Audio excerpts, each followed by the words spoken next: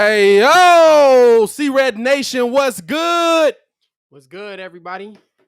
It's your boy, Pat the Designer, back at it again. And Joined by the Brody, bro. You know we ain't here early. Yes, sir. Bando B back in the building. How you feeling, man? You ain't been in the mic in a minute. I know, it's been a little minute. I'm excited. I'm on her bumping a little bit. Yeah. You nervous? Not at all. Yeah, okay. My heart just like bumping. Okay. Well, keep it bumping. Let's go. Welcome into the show, man. This is the Windy City Breeze, where we talk Chicago sports weekly. He didn't even know. He didn't know about the cue. He didn't know about the scream and all that good stuff. It's okay. It's all good. Don't worry about it. I talk about sports daily, so. We don't want y'all to miss a thing, man. So make sure that y'all like the video, subscribe to the page, and hit that bell. Ding. We got a lot to talk about today, man, because the Bulls made a lot of big moves. And listen, when we're talking Chicago sports, how Chicago talk, there's no Chicago sport that gets Chicago's blood boiling more than seeing our 6-time champion Chicago Bulls be back in the building. Y'all see my face right now? I'm cheesing. Are we back? We're lit. Are we back? We lit. That's the question. Are we back now? And this news just broke here. A little breaking news right off the bat here. What is going on? Washington Wizards are signing Spencer Dinwiddie to a 3-year, $62 million contract in a sign and trade with Brooklyn. I don't know any details on that just yet. Let me run to Twitter real quick. But we're going to be talking Bulls. Of course, we're going to be talking about how the question that's on the chat, will the Chicago Bulls strong free agency pay off? Because we've seen, a lot of teams spend money in the offseason. Mm-hmm. A lot of times it don't work. You know what I'm saying? Will it work for the Bulls? How do they stack up in a deep East? And then a little bit later in the 6 o'clock hour, we're going to be talking to the Fantasy Whispers pod, answering your fantasy questions. And then we'll get back into a little bit more basketball, talking about who has won NBA free agency thus far. Justice said he remembers seeing you from the first video. First video. That's throwback, bro. That's throwback, bro. Hey, man, if y'all in here, man, like the video up. We appreciate y'all for tuning in. Let's get into the conversation. And yes, we will have the phones up. Dang, already 64 likes or 64 viewers, 9 likes. Can we get them likes up? Listen, it only take about 2 seconds to go and hit that like First button. off, And by the time I've already finished this comment, you should have hit that like button twice, and then, maybe 3 times. Go ahead and hit that like button. Maybe 3 times. Yeah. No, listen. I'll start it off just by asking you the questions, and the phones will be live as well. So we do want y'all to call into the show. Once we get the phone lines up, I will let you know. But I'll start off by asking you the question, Bando. Is the Chicago Bulls strong free agency this offseason going to pay off this season in the long run? Because you're not making these moves to say, hey, in a couple years, we hope we can get to an NBA championship. You're making these moves to say, listen, we got superstar talent on this team right now. We going for it. Well, I'll say one thing. Number one, when you look at a team where you put in all these pieces together, your end goal, of course, is to win a championship. But the biggest thing around it is, what is your goal for the first season? Because you can look at other teams like the Nets. Like, yes, if the Nets would have won last year, very well, it wouldn't have surprised us. But expectations going in, it's their first year, all these stars playing together, even though they're amazing. They're not, you're not surprised if they don't win in the first year. So I'm going to hold the Bulls to that same standard, know. If when you look at them, of course, we want them to be a playoff team. I mean, you went and got all these pieces for them not to be a playoff team another year that would be a fail of a season. It'd be a fail. But for them to make it into the playoffs is a goal, in my opinion. I mean, how many years has it been since the Bulls been in the playoffs? Bulls' last playoff berth would have been the D Wade, Rajon Rondo versus Boston. Jimmy Butler. What's that, 15? Yeah. No, that's after that. Was that 16? Somewhere in there. Yeah. So a long time ago. That's basically the point. So now, Shams is reporting, just to break in here, there is a Bulls connection in this. The Wizards are sending Chandler Hutchison in a second-round pick to San Antonio. So C. Hutch is on the move yet again. Remember, one man's trash? Wow. Get up out of here with that weak stuff, dog. Stop playing with us, man. Stop playing with us. Talking about some one man's trash. Shut up, dog. Stop playing with us. And listen here, man. I need this C. Hutch hate to stop. Muzz used to be trashing him. Listen, he's not as bad as a player as it seems, but that man ain't getting no tick. So, no, you know what I'm saying? So, y'all ain't gotta hate on him, but he can keep it moving. Hey, listen, you feel listen, me? listen, Keep it moving. listen. He need to keep it moving because Yeah. he wasn't getting no tick because of him. Stop playing with it. You know what I'm saying? No, but I think you make some good points because to me, when we're talking about this team coming into the season, I'm gonna be real with y'all. Y'all let me know in the chat, like the video, if you agree. It's Eastern Conference Finals or bust this season, minimal. Yeah. Minimal. I can agree with that. Because you don't or at go least out the first round. I would say if you make it to the second round and you lose to a top tier team, I'm not seeing that as a failed season. Yeah. If you make it to the second round and you lose to a Milwaukee or you lose to a Brooklyn or you lose to a 76 you lose to Philly, I'm a little upset. I'm gonna be real with you. If we lose to Milwaukee, I'm a little bit upset. NBA really. Champs, yes. I will tell you why I'm not upset because I don't see another big man on the Bulls yet. So I'm not saying that the Bulls won't get a big man. By the way, did sign, in case y'all didn't see it, they did sign man, I wish I could remember his name now.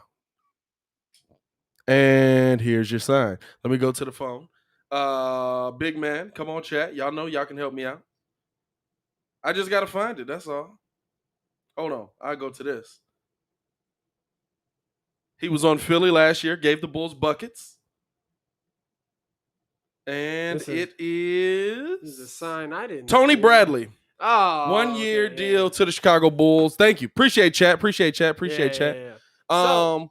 No. But to me, like you got your big. Here's my thing, and I'm not saying that he's an impactful, but he a nice player though. 23 years old. Not bad. 23 years old. Nice little player for the Bulls.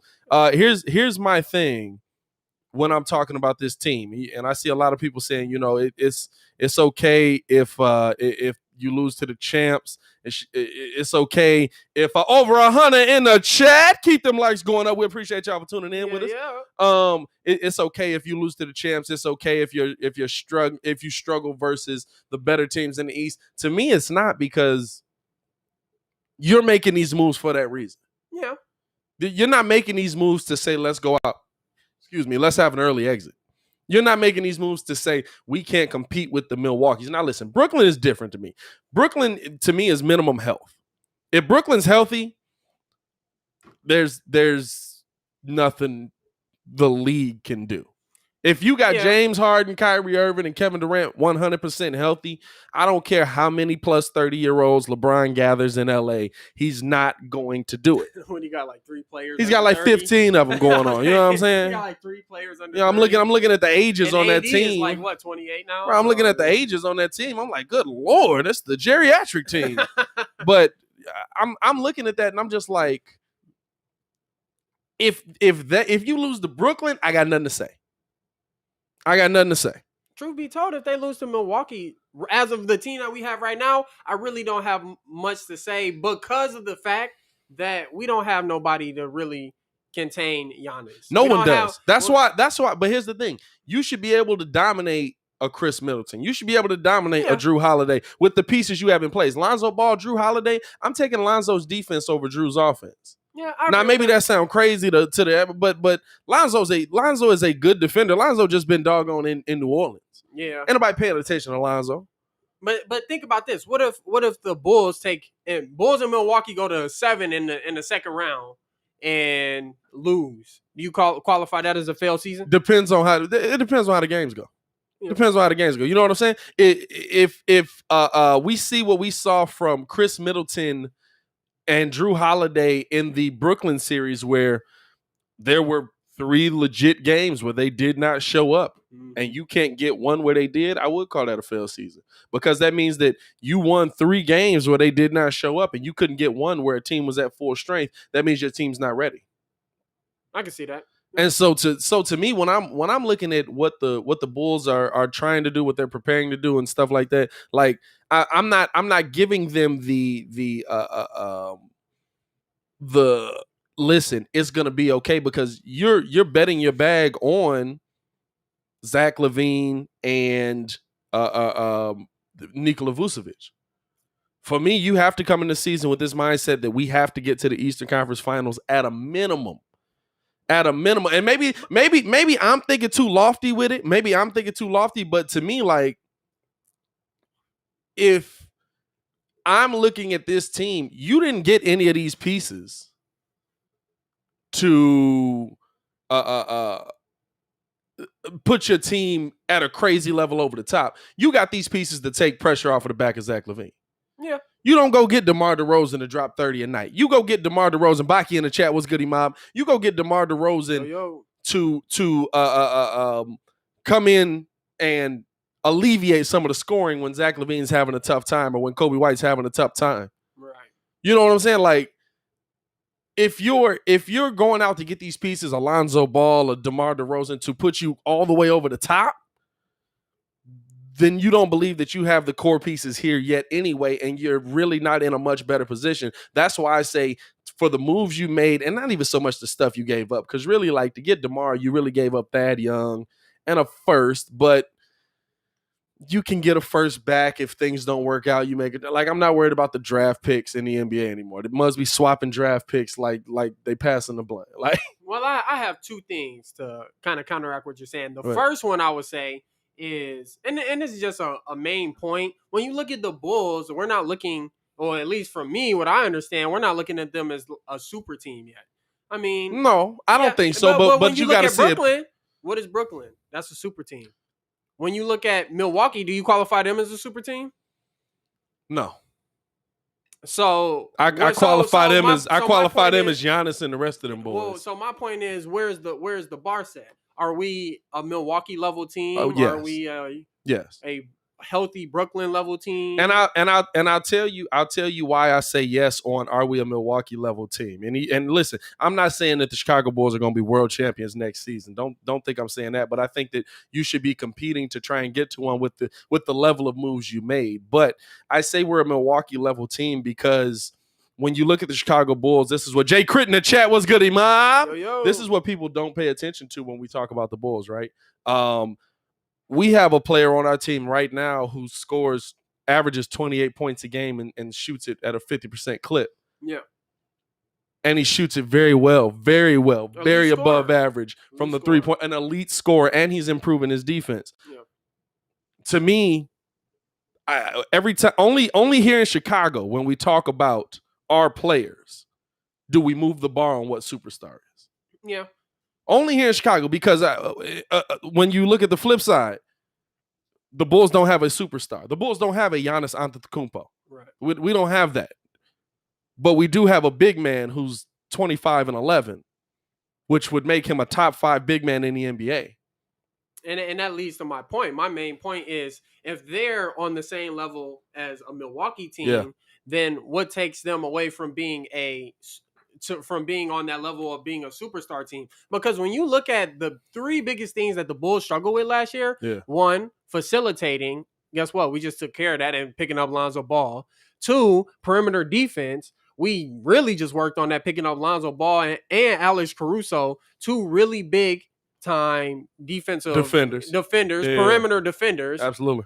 And then 3, where we had droughts offensively, where we would go without scoring.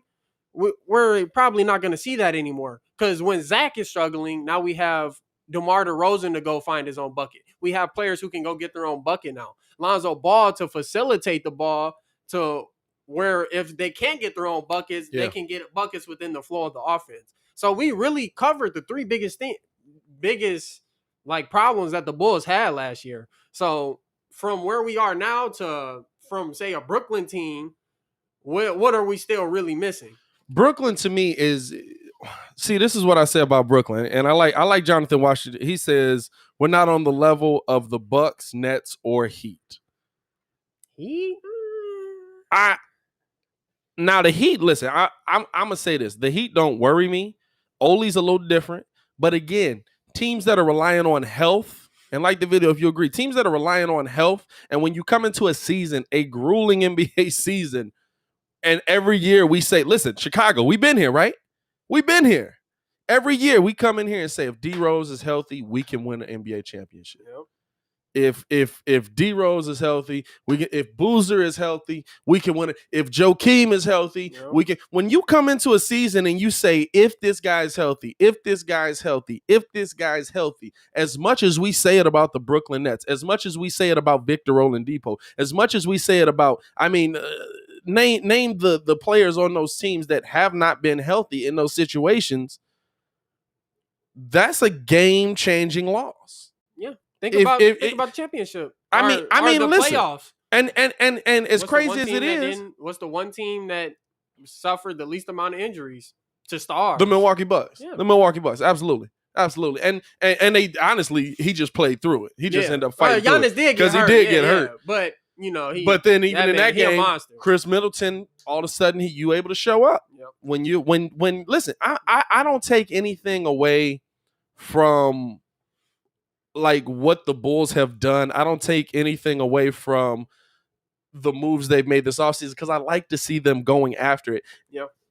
And if you're talking about draft picks, you're talking about 7 years from now. Mm-hmm. Like P. Will is going to be, I believe, defensively nice this upcoming season. I'm still putting him on the best player on the other team. Absolutely. No matter what you do. He's been doing in this offseason? He's your top defender for sure. But he has to come in and be that. You know what I'm saying? Been doing this offseason? Yeah, but I seen Hoodie Mello work out and kill mugs for the last 5 off seasons, and he still be a 15 to 20 point a game. I'm talking about in the weight room. Oh yeah. He been trying to get that 20 muscle years up. old, he a monster. He been trying to get that muscle up for sure. We got a super chat from Sonny. Sonny says we are gonna be better than the NBA and the haters are saying. What's good, WCTB fam? What's good, Iman? We got over 200 in the chat. Keep the likes coming, baby. We appreciate the love. What was that, Ski? I don't like that. I don't like that. You don't like that one? I don't like that one. Over 200 likes, man, or over 200 people in the chat. 66 likes. Let's get them likes, and we appreciate it. I just think that it goes into when you start talking about teams being healthy, when you start talking about, okay, this is what has to happen for them to get there. Kevin Durant took that team so far, and he was that close. He was a toenail away. And I'll tell you what. You make it to the if they make it to the playoffs and James Harden able to get healthy, we may be having a whole different conversation. So what you saying is legit. He was a toenail away from beating them. If James Harden is healthy there, they don't win. Milwaukee does not go to the NBA Finals, in my opinion. If Kyrie is healthy there, Milwaukee does not go to the NBA Finals, in my opinion. But they just weren't healthy. Shout out to the super chat from Signet. It's after years of watching every Bulls game in the UK, I could finally watch a game this season and not go to bed contemplating life. That's facts. Yeah, you know, we've all had those games where you just go to bed, you're just like, come on, dog. Come on. Why did I do this? I've called my father after games and been like, why did you make me a Bulls fan? He's like, they was winning when you was born. Like, you right. But the biggest thing I see from the Bulls, man, from last year, even last year, we saw key pieces being developed that made you start thinking like, okay, the Bulls can actually be a decent team. Yeah. And Kobe White, Troy Brown, man, I love Troy Brown. His defense, he's another perimeter defensive player. P. Will, seeing the level that these players could play at, and if they get consistent and play at it every night, you're already thinking, okay, this team could be really good. Now the Bulls just went out and got 2 huge pieces to go around what we already built. So going into next season, and we excited for every game. It ain't a game you going in like, they finna play Dame Dollar. Yeah. You already know how this finna turn out. They finna play the Nets. You already assume what's about to happen. I feel like we don't know anymore. I feel like we had that excitement last season, and it just, I mean, they lost so many games. I've never seen a team lose so many game winners. Young too. They were young, and this is the thing. Second year, the thing that we got to take into account, especially when we're talking about what the Chicago Bulls are going into this year. Second year under Billy Donovan. First year for Alonzo Ball, but I think Lonzo and Billy are going to click real quick. And really, I say a year and a half because the team changed halfway through the season. Absolutely. Actually, okay, yeah, you're right. Going into really a half a year, and now the team's changed even more. So but a new year. but you know what you're getting, and you know that.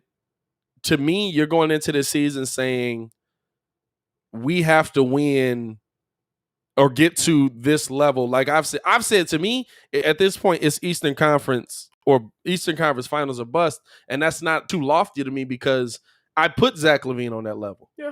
Zach LaVine to me is a superstar talent. Like we I believe it. We moved the bar with our own stars so much. Jimmy Butler couldn't be a superstar. How could he be a superstar? You can't win a championship with Jimmy Butler. then he leads the team to the finals. Yeah. After he's gone. You know what I'm saying? You can't win a championship with just Derrick Rose. Derrick Rose is a key piece in a couple of playoff runs at this point. You know what I'm saying? Like, we're so quick to move the bar on our players that we don't enjoy what we have here. That's what I hate. And right now, Chicago, you have a top shooting guard in the NBA. Top 5. I'd say top 5. Top 5. I would absolutely agree top 5. 28, 5, and 5. See, to me, I don't know what James Harden is anymore. But if James Harden is a point guard now, I think you have a top 2 shooting guard in the Eastern Conference, and he ain't 2. Yeah. If James Harden is a point guard now if James Harden is a shooting guard, all right, we're having a different conversation. Because the biggest thing that a lot of people I do have him over Bill. Yeah, I was just about to say and yes, that. I do have him over Bill. They talk about Bradley Beal a lot, but Zach LaVine, this is a big thing for me. Zach LaVine can do everything that Bradley Beal can do, plus he's more athletic. Bradley Beal pretty athletic. And he not Zach LaVine. He's not Zach LaVine athletic. Bradley Beal pretty athletic. Bradley Beal will put you on a poster if you in the way. I agree with that. He's not Zach LaVine athletic. Zach LaVine, his athleticism takes him to that next level. Going to the basket, you not finna get in front of him. Yeah. Like you might go up and contest the Bradley Beal. I'm gonna be real with you. But Zach going to the basket and he finna rise back, and you moving out the way. And if you not, you gonna be looking like Buddy who got dunked on by Anthony Edwards. Hey, and that's why I don't like the reputation Zach has as a dunker, because nobody stands in his way.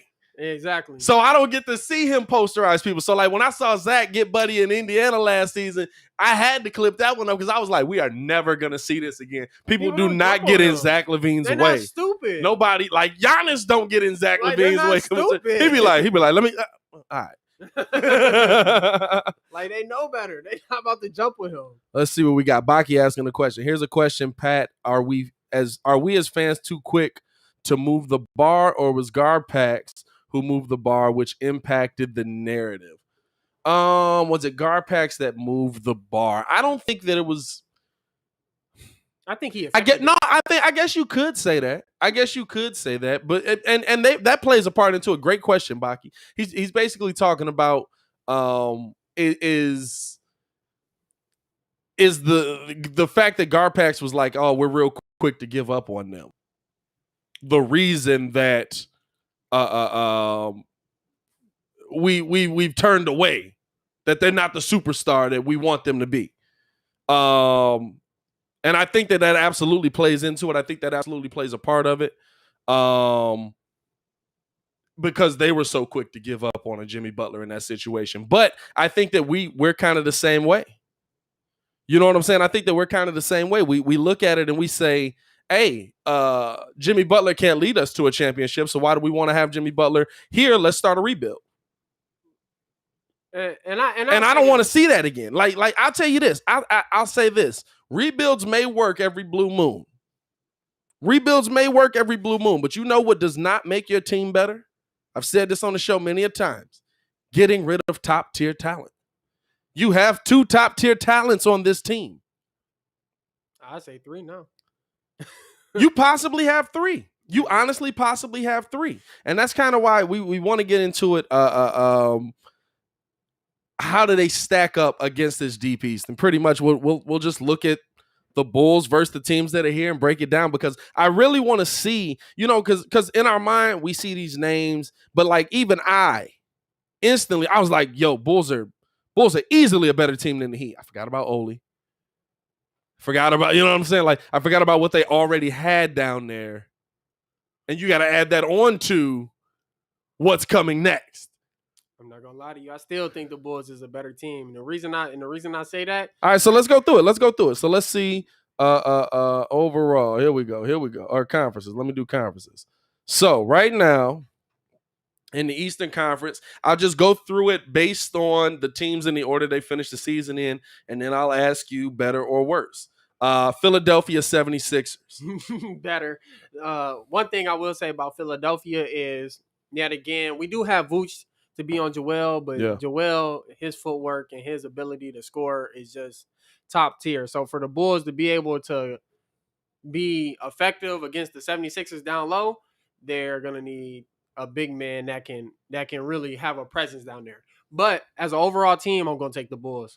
Bulls perimeter defense, Bulls perimeter shooting, Bulls as an offensive, from what I believe we're going to see with Lonzo Ball running the team and having a Ayo and a Alex Caruso coming off the bench, offense is going to be consistent for the Bulls. Something that I don't think Philly has. Okay. Let's now and listen. That's a good point. I would put the Bulls over Philly, mainly because without Ben Simmons, it depends on what they get back. Yeah. You know what I'm saying? But without Ben Simmons, to me, that's we'll see. Even with Ben Simmons, I think their offense is more consistent with Ben Simmons facilitating, just because of how great of a facilitator he is.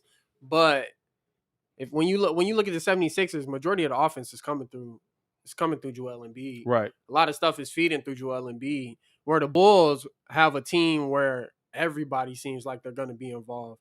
And when you look at last year when they moved the ball, they look just as good as the Suns moving the ball anyways. Talk about Philly? No, I'm talking about the Bulls. Oh, the Bulls. I was like, huh? Without Ben Simmons, Philly don't have that as well. They're not a bad team offensively, but to me, it depends on who you get back in that situation. Yeah. Over 300 in the chat. Shout out to y'all for showing love, man. Yo. And listen, since y'all are in here, y'all are in the chat. Listen, phone lines are up. The phone lines are open now. Brought to you by the Contender. No commercials, just sports content 24/7. Chicago sports fans can turn on the Contender and never turn it off. You always hear us live. Chicago sport. We're always taking phone calls when we are live, and even when we're not live, there's constantly content coming through. So make sure to call into there. We got plenty of sports talk, all of the local teams, Bulls, Blackhawks, White Sox, Cubs, talking all of that live and podcast. Call into the phones, 855-908-5668. Light the phones up now. Brought to you by the Contender here on the Windy City Breeze. You like that, Reed? We're getting real professional out here. You know I do like that. You know what I'm saying? We're killing the game out here. Like how you that, the Windy City Breeze. The Windy City Breeze. You know what I'm saying? Call into the show, man. 855-908-5668. We would love to hear your thoughts on where the Bulls are, how Bulls free agency went, and where you think they will stack up in the Eastern Conference. Good Lord, the phone lines lit up immediately. I love it. So let's see here.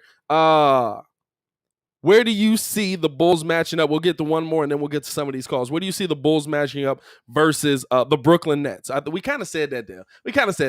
Well, I'll say this. Depends on health. It depends on health. Absolutely and depends on what pieces they get around them. Because I'll tell you what, one thing Brooklyn has going for them, no matter who else they have, their offense is always going to work. Yeah. When you have a KD and a Kyrie and a James Harden, no matter what you have, it's always going to work. That's 3 top 10 players. But defensively, that's they 3 top 10 players. They got to be able to stop somebody. You don't when all 3 of them are healthy. When I can put up 145 points. I agree with that. You know what I'm saying? But when you look at the Bulls, like I keep talking about, perimeter defense has improved so much. That's true. If you can contain them on the perimeter where they have to attack. That's where they eat, though. I will say, Bulls fans. You're not going to stop them. Yeah. But if you learn or figure out a way to contain them. Yeah. Hey. It'll be competitive. It can be competitive because I say this. Like I said, the Bulls to me are on that Milwaukee plane now with the moves they made. Milwaukee took them to 7. There was a lot of injuries in there. I was about to say they took KD to 7. But still took them to 7. You know what I'm saying? Listen, they took KD to 7. Joe Harris was still sitting on the phone, and Kyrie and James Harden was injured. So let's hit DeAndre Jordan. I forgot he was on the team. Right? Let's hit these phone lines up real quick, man. Going out to the 708. I'm assuming this has got to be my man, the man, the myth, the legend, Jay Crit. Crit, what's good with you, my boy? Yo. Yes, no, maybe so. All right. Thought we had them phones working. I'm going to throw you back in the queue there real quick, Crit.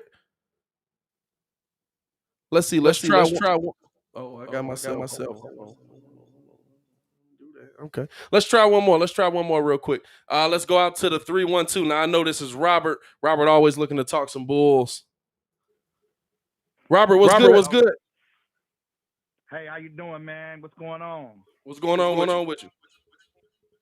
Nothing too much. Yeah, I was just talking now seeing that they signed these guys now. Is are they gonna sign like a big name, or are they just gonna keep the core that they got? I think if I'm thinking about it, if I'm looking at it, I would say that they're probably going to keep the core that they have. You might see them move a Lauri Markkinen in a situation to try and get something back, but I don't think there's going to be a big name that they try to get back. Yeah, I was just gonna say even Oof, getting some bad feedback. Go ahead. Yeah, I was just gonna say even with all the pieces we got, I mean, when you look at the market, what really are we going to be trying to look for, and what are we going to have to give up? Because if we try to get a Ben Simmons, which is really the biggest name that's still floating around, what are we going to have to give up for him? You already see what the 76ers is asking, and they're ridiculous. So I think that the Bulls stay with their core, and they work with what they got now. Right. Well, yeah. All right. Well, nice hearing from you guys. Appreciate it, man. Tuning in and rocking with us, man. Stay safe out there, all right? Yes, sir. So, still a little issue with the phones. We're gonna try to get that worked out. But no, we appreciate y'all for tuning in and calling in, man. Crit, stay on the line if that's you, my boy. You know, we got you. We're gonna try to get you in here as soon as possible. Somebody said y'all in a tunnel. That's how I felt. No, so let's look at some of these other teams. When we're talking about the Bulls being better than them. We kind of talked about the Milwaukee Bucks already. New York Knicks coming in fourth. Added Kemba Walker today. Added Evan Fournier. How you feeling about the Bulls over the Knicks? I think the Bulls are a much better team than the Knicks still. I think Kemba Walker is a good piece, but with the Bulls, what the Bulls have added, based on what the Knicks have added, plus what we've seen from the Knicks, I'm taking the Bulls over them. I think in a 7-game series, the Bulls can beat them in 5. That's how I feel. Oh, you going hard like that? Yeah, but it all depends on what we see and how they work together as well. Yeah, we don't know what the Knicks are going to look like with Kemba running the offense, and we don't know what the Bulls is going to look like with Lonzo running the offense. True. So we will see, but that's how I feel as of the names and on paper what we see. To me, the Knicks made a lot of lateral moves. I mean, yeah, you got a guard in there and Kemba Walker that can go in there and score when he needs to. But I mean, Cardiac Kemba hasn't been Cardiac Kemba in how long? Since he went into cardiac arrest. You know what I'm saying? Like he hasn't been Cardiac Kemba since Charlotte, yeah. But the year before he got injured in Charlotte, you know what I'm saying? He ain't been cardiac Kemba since he put Mirotic on the floor. Facts. Great breakdown there. Like that's what it is to me. Like when I'm looking at the Knicks, I think Julius Randle is going to be nice next season with a little bit of extra time, with some playoff experience. I think that's what he saw last season. I think that's all what they saw last season. You know what I'm saying?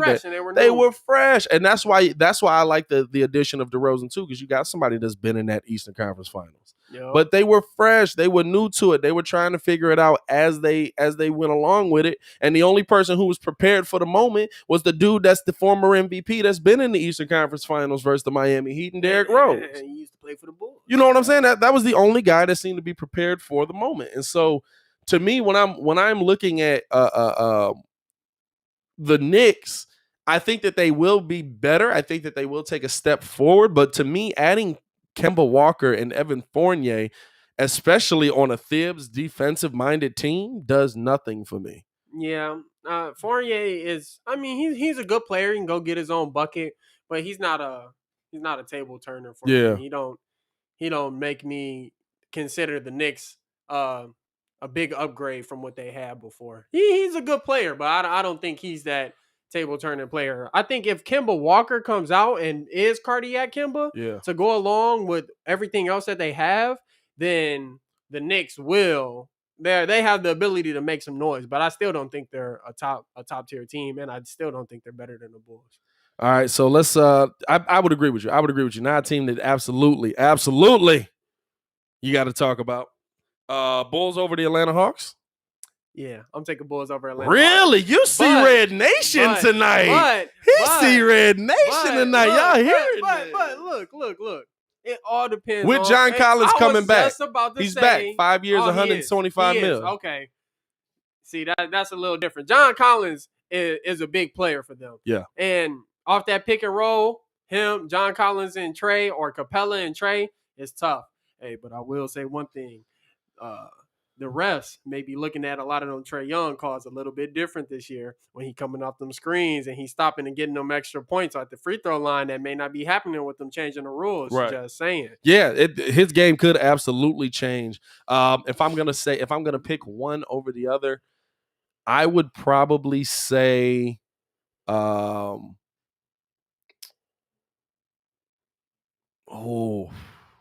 I think Bulls. I don't think, and they have better defense. I don't think that Atlanta was a fluke, but I will pick the Bulls over Atlanta in a.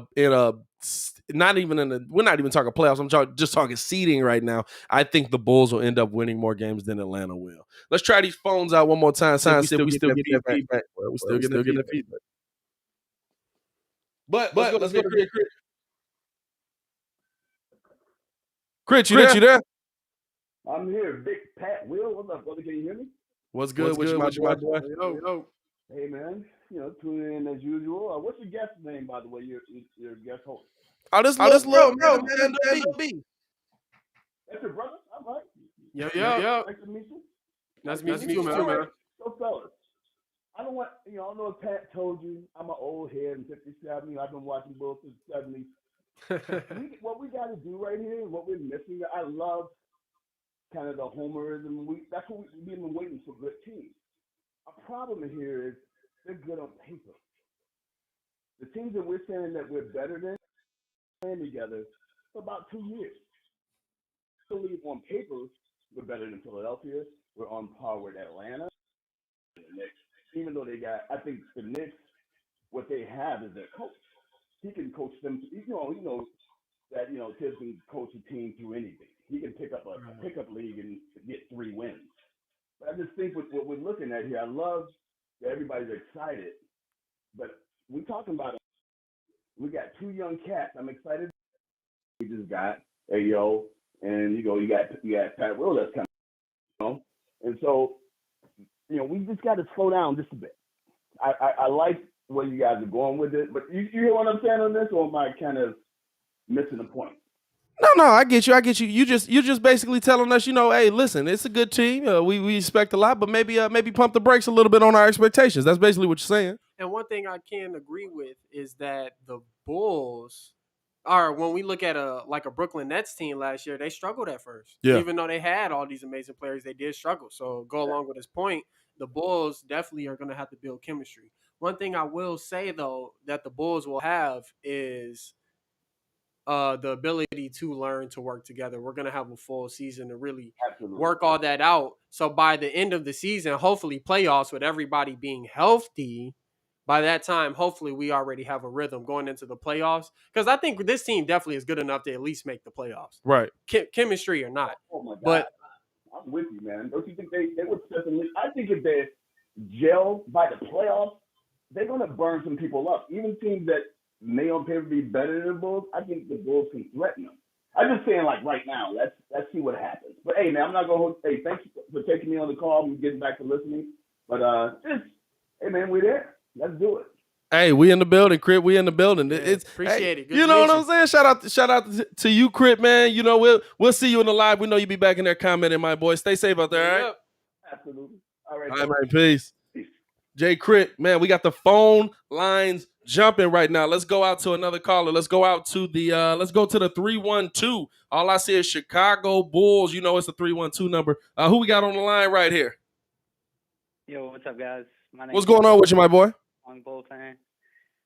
Just chilling, man. I'm definitely excited about all the moves the Bulls are making. I mean, really since D Rose, we haven't had an actual competitive team, so it's very exciting. What do you think? How do you think they stack up in the Eastern Conference right now? I mean, we got to see obviously how they're going to gel together. I don't really have too, high expectations. I'm just gonna wait and see how they play together and all that. Obviously the potential is there, the players, the stars are there, so the sky's the limit in that regard. But I think we definitely need some more defense. I mean, Tice leaving that hurts. I love the way Tice had leaving as well. We definitely need more depth at the power forward position because Patrick Williams he can, play that role yet. I think he can, but it's interesting to see what we're going to do with Lauri, if we're going to keep him or sign and trade him for someone, who can play the forward. I think that's probably what we're going to see in the next couple of days, is whether they're going to trade Lauri or not. What do you think? If they're going to trade Lauri or not, right now, I don't see a reason to keep Lauri. That's my biggest thing. And I appreciate you for calling in, my boy. Appreciate you for tuning in with us. All right, stay safe out there. No problem. I don't see a reason to keep Lauri right now. I don't. He's somebody who came in last season who you felt quit on the team. And if you guys want to call in, man, make sure to call into the show 855-908-5668. I don't see he's somebody, and I don't like saying that about a player. You know what I'm saying? Like when you start talking about, oh, this guy quit on the team, this guy did this guy did that. You don't know what's going on in their headspace. You don't know if they really are out there trying their hardest and they just not at that level. To me, we visibly saw Lauri Markkanen quit on the team. We saw him not trying to get rebounds. We saw him basically pouting. And did we just get some breaking news? While we wait on that, I will say one thing about Lauri is if we do end up keeping him, I don't think he's a bad piece to come off the bench, but I'd rather have his money off the books as well. Maybe get something in return that could benefit us money-wise and be a good person to fill his spot. I thought we had a little new breaking news, but it don't look like it. I was trying to see.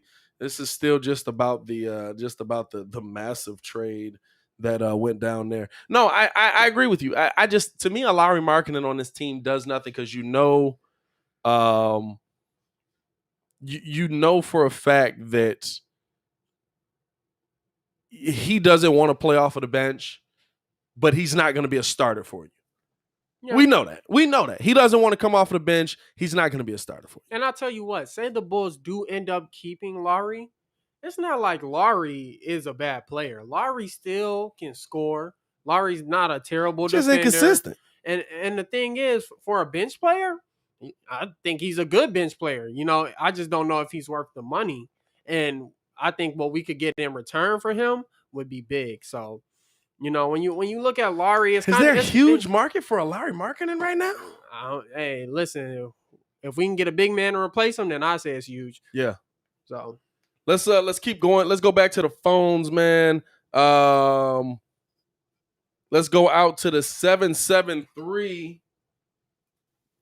Yo, what's good? What's going on with your 773? Yo, can you hear me? Yeah, I got you. What's going on with you, my boy? How you feeling? Good. Feeling real good. Feeling excited about the moves we made. But, I'm a realist as well. And as far as the seeding, I think our ceiling could be a 4 seed. But I think on paper, we need to be anywhere between 4 and 6. A lot of that has to do with the chemistry, the schedule. And, like you said, we probably could win more games than the Atlanta Hawks, the Knicks. But I think a lot of it's going to kind of boil down to the coaching, if that makes sense. What 3 teams do you see? Mm-hmm. I was just going to say, what 3 teams do you see being over the Bulls? Okay. Well, you're going to have the Nets. Right. We're going to have Milwaukee. And then potentially the Heat. Okay. But outside of that, we have to see what Philadelphia is going to do. But after that, I don't really see, like Charlotte's not going to be there. I don't believe this year. The Celtics, I'm not too, excited about the moves that they made. So they kind of opened up the door for us. Right. More than anything. But I do feel that we do need some defensive-minded bigs to kind of help out on that end. And, not at the expensive ticket. I mean, I like Paul Millsap. I've seen it in the comments. I know he has a relationship with AK. Yeah. Maybe that's something that we could kind of, work on. But a Magic fit for me, I don't know how this happens, but if we could somehow get a Miles Turner, even if it's something that we don't do this year, at least we have a team to where, other players would want to play.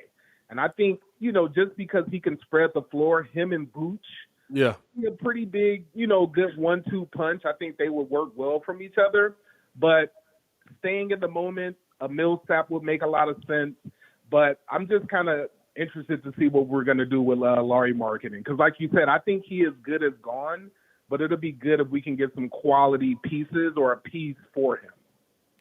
Yeah, I actually don't mind what he said about Miles Turner. No, my only concern with Miles Turner is will we be willing to bring him off the bench or will we want to start him? Because I'm telling you right now, and this may just Depends be on me. P. Will this season. Yeah, I was about to say and this is just me personally, but I'd rather see P. Will grow. I'd rather see P. out of Will grow, but a great call. Yeah. Yeah, what I see out of P. Will is the sky is the limit. So I don't know if I'm ready to bench him yet. And I don't know if Miles Turner is ready to come off the bench, but I do love a player like Miles Turner who can stretch the floor. Also, an amazing shot blocker, something that the Bulls desperately need. So. Yeah, appreciate you for calling in, my boy. Made some great points there. Have a good one. All right, stay safe out there. Keep the call. And I'll say this. I'll say this about what he said. Here's the one thing about it, right? When we're talking about a Miles Turner or we're talking about whoever it is, we're at a point where teams want to come here. Right. Players, I'm sorry, want to come here. We're at a point where players want to be a Chicago Bull. We saw this. AK has been here 1 year. Already made us. He's been here legitimately 1 year, y'all. Not even just the fact that he's made them into a playoff team. Listen, even if say the moves this year do end up with a Miles Turner or somebody wanting to come here next season. When's the last time somebody wanted to come here? That's a big thing. You talking old D Wade and old Rajon Rondo? Is that the last time somebody, the three alphas? Yeah. In a year, he has undone. If y'all want to give Acme, and let's make sure we say an Acme, because you got to give that brother Mark Eversley credit. He is a key reason why DeMar DeRozan is here. If we want to give Acme any solace, praise them dudes for the fact that in one season they have undone 15 years of Garpax. Yep. In one NBA season, changed the culture. They have undone everything Garpax did. A little aggressive right there. A little bit aggressive. I saw that too. A little bit aggressive. Let's get back into these phones, man. We appreciate y'all for tuning in and rocking with us, man. We're gonna go out to the 202. The 202. What area code is that? Is that Marcus? What's going on, Marcus? Hey, what's going on, y'all? What's up with you, my boy? How you feeling? Hey, I'm good, man. I can't complain. I'm breathing, man. Hey, remember I called this a couple months ago that we was gonna get DeMar DeRozan. You did. I give you that. We'll get DeMar. I absolutely give you that. How do you like his fit with the team right now? We got two facilitators on the floor, and him and Alonzo Ball. Zach don't have to score 28 a night anymore. Yeah, that's facts. That's facts. He makes an excellent point. DeMar DeRozan was top 20 in assists last season. Yeah. I believe he finished at 16. So even if you want to give Lonzo Ball a little bit of a break and you don't feel that Io is ready to run the offense, but DeMar is there. DeMar is there. That's not a bad thing to bring up either.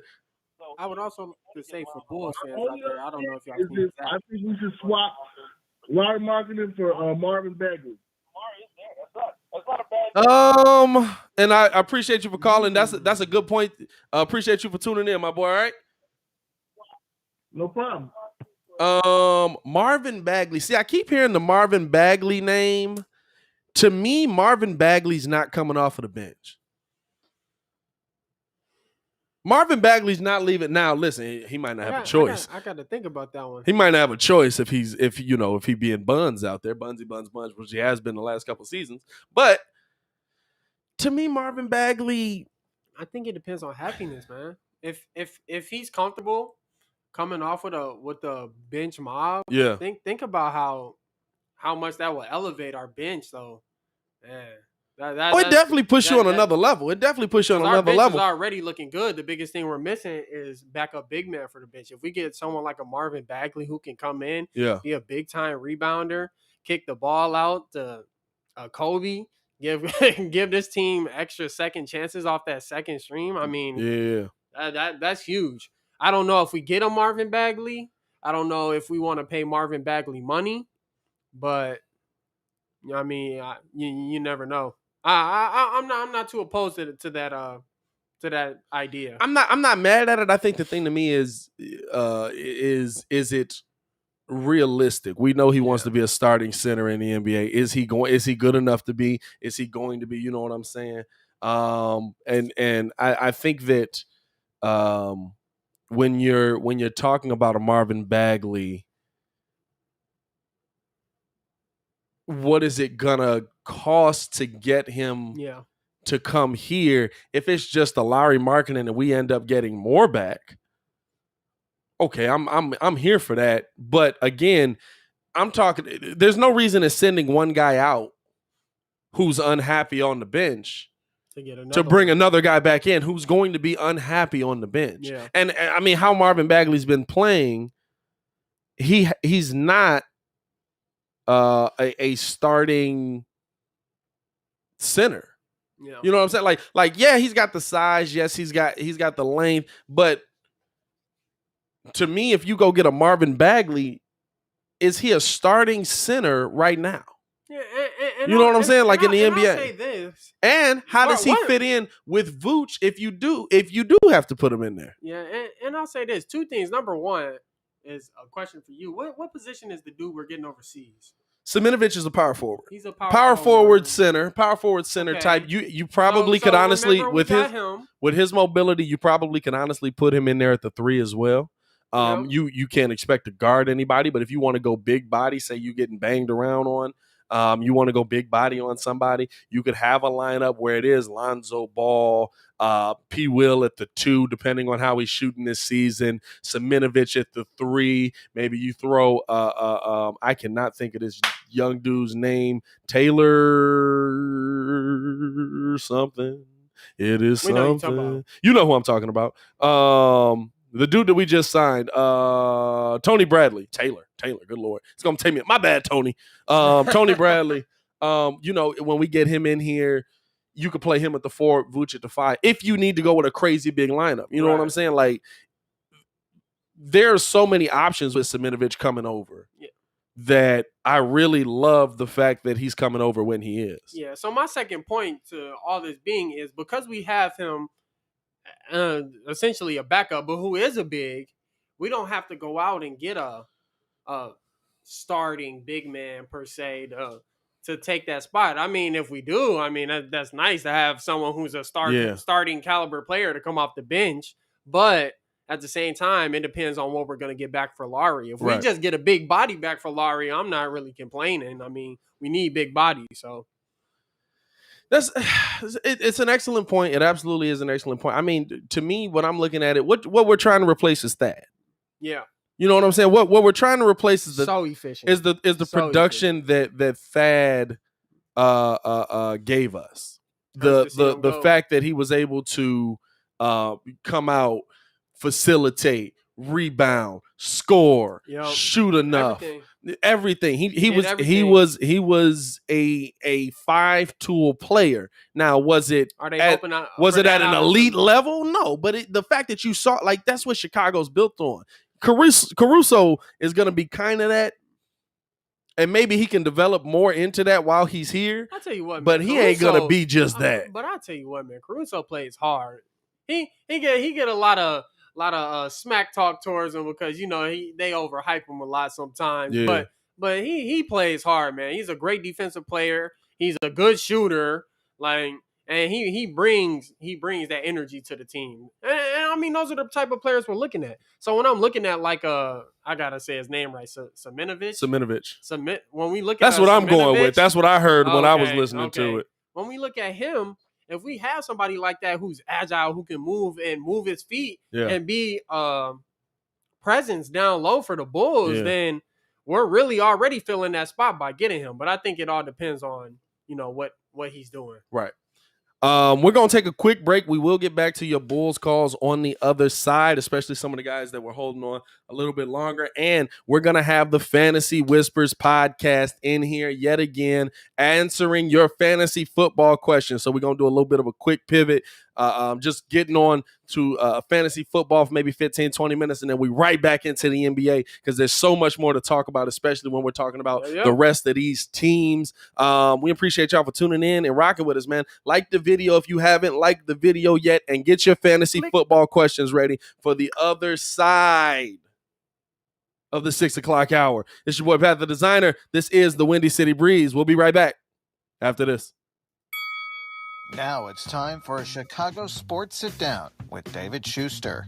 I have been around the block and back and usually are not prone to hyperbole, but what happened at baseball's trading deadline was worthy of a wow. In fact, a double wow. Players were coming and going all over the place, but Chicago was the middle of MLB's universe. The Cubs did almost a complete dissection of their roster, while the White Sox added pieces a la the Yankees, showing that they're serious about winning it all this season. And poo-poo all those who say the two teams here in Chicago can't deal with each other, as they did it not once, but twice.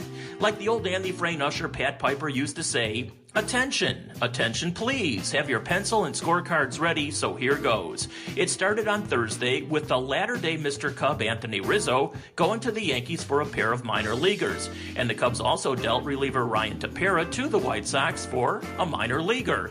Oh, and the Sox did pick up a second baseman, Cesar Hernandez from Cleveland, who raised the white flag, by the way, for once again a minor leaguer. But Thursday's appetizers only warmed up the trade front for Friday's feast, as the Cubs shredded their roster. Javier Baez going to the Mets, Chris Bryant to the Giants, Jake Marisnick to the Padres, and the big one, Craig Kimbrell to the White Sox for Nick Madrigal and Cody Hewart. The Sox now have a bullpen much like Kansas City did when it won the World Series a few years back, and the Cubs are now back to where they were 8 years ago, a Double-A resembling team rebuilding for the future. What a crazy, crazy 2 days it was. And Bears fans realize this. Say what you want about Justin Fields, I'd rather wait 2 years to know Rodgers is leaving than have a nice transition of power to the NFC North. Essentially, you got 2 years from today to develop Justin Fields to be a superstar quarterback. That's the way I would look at this right now. Best way to do it. You have 2 years, if you're Matt Nagy, Ryan Pace, to develop him, to surround him with weapons, to have this team be a contender again. Clock starts ticking today. I don't know about you, but I'd rather be prepared. This, in my opinion, is actually the best thing that could have happened to the Bears versus Rodgers just leaving all of a sudden. If he left all of a sudden, the Bears may have pressure to rush in Fields, to rush this team, to rush the development, and nothing would have worked. Now you have a nice cushion. Everyone in the league is aware of the situation when he leaves and what's going to happen to the NFC North. So if I were the Bears, starting today, I'd prepare. I'm okay with losing 2 seasons. Having 2 horrible seasons of Bears football. That means, in 2022, no Aaron Rodgers, Fields fully developed, and the Bears are the favorite. Wouldn't you? Think about it logically. Would you rather have Fields developed, not rushed, and you know Rodgers is gone?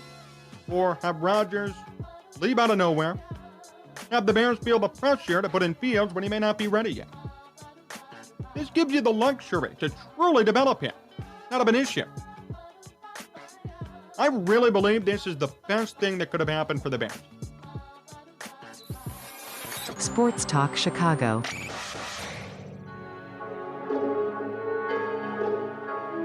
Hey, Hey there, appreciate you checking out The Contender. The future of sports talk lives right here. We cover Chicago sports on Monday, Wednesday, and Friday. Washington, D.C. sports on Tuesday, Thursday, and Saturday. As time goes on, we'll have separate smartphone apps and feeds for you, the sports fan, where your city's teams are covered. An app for the Contender DC, an app for Contender Chicago. But for now, as we get our feet wet and begin training for the title, we humbly accept our status as contenders. I'm James Flippin, co-founder of the Contender. As the sports landscape leaves the pandemic behind and hopeful fans look toward the future, a bright summer is on the horizon for the south side of Chicago. Get the best in White Sox talk all season long from Pat the Designer on The Contender.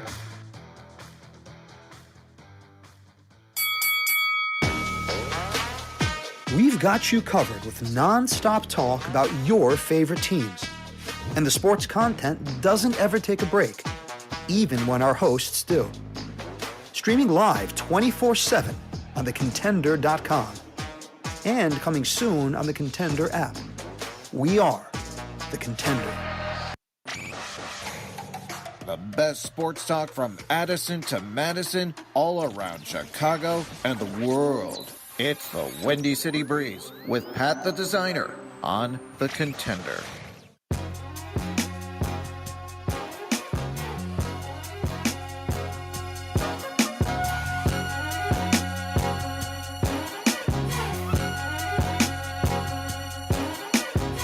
Yeah. Actually, a decent beat. Yeah, I like that one. Okay. James Flippin coming with the bangers yet again. Welcome back, man. Welcome back to the Windy City Breeze. It's your boy Pat the Designer back at it again. I'm joined here by the little bro Bando B tuning in and rocking with us today. Yo. If y'all wonder where everybody is, Kid on vacation, Ringo on vacation, AD had a little bit of family stuff to take care of, but everybody's doing all good, man. So we just got baby bro in here today. Gonna have a little bit of a fantasy breakdown. If you have fantasy football questions, send them into the chat or tweet them at me with the hashtag TWCB Fantasy.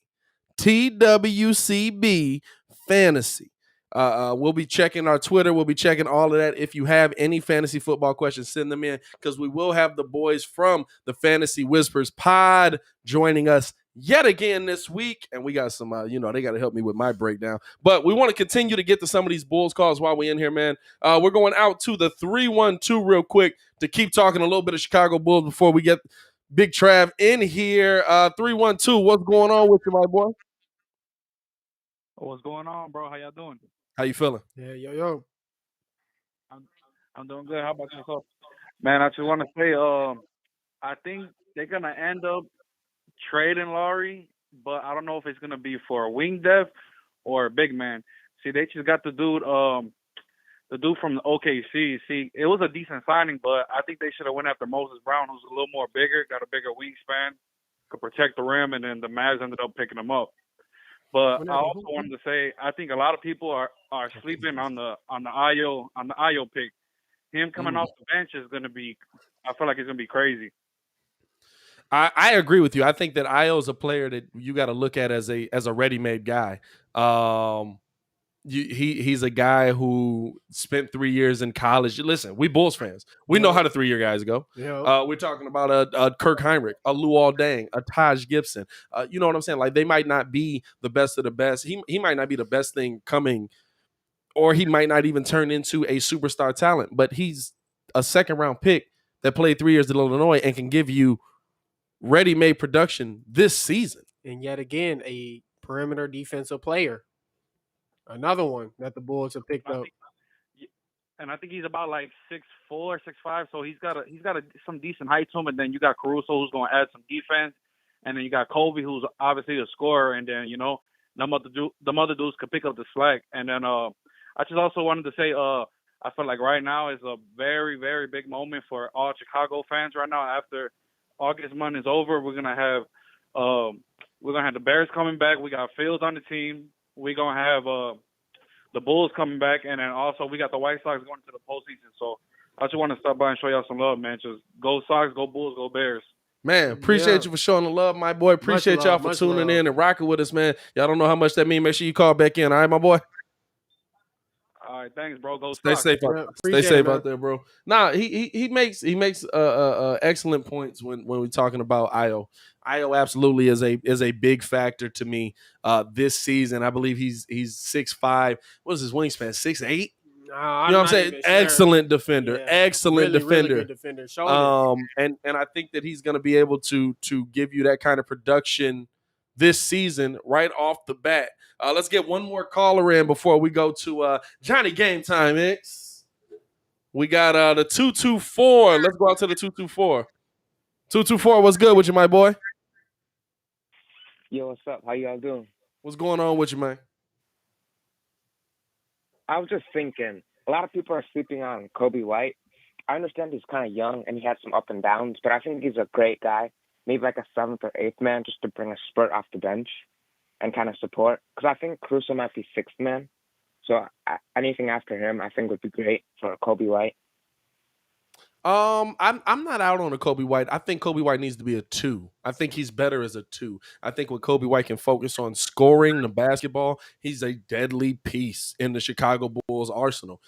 I still think he's the sixth man for the team. I mean, when you look at what if you're able to score like he's able to score, then yeah. Kobe White was putting up quite a few 30-point games in his rookie season. Like, there's not too many players that's doing that. So we know he can score the ball. He just got to be comfortable and in a position where he's comfortable. But yeah, I agree. He can. I'm not giving up on Kobe either. I think he's still a big time player for the Bulls. Yeah, absolutely. Appreciate you for tuning in, my boy. All right, thank you. All right, man. Stay safe out there. Listen, if you got your fantasy questions together, send them in now. I said send them in to TWC Breeze. Hashtag TWC. I said TWCB. There you go. Fantasy. TWCB Fantasy. Or send them into the chat, and if I see them, we'll get them. Or you can super chat in. But we want to bring in my boy Johnny from the Fantasy Whispers pod. What's up, guys? What is happening, Johnny? How are you feeling, my boy? Oh, I'm feeling great. How are you guys doing? Man, listen, we are in.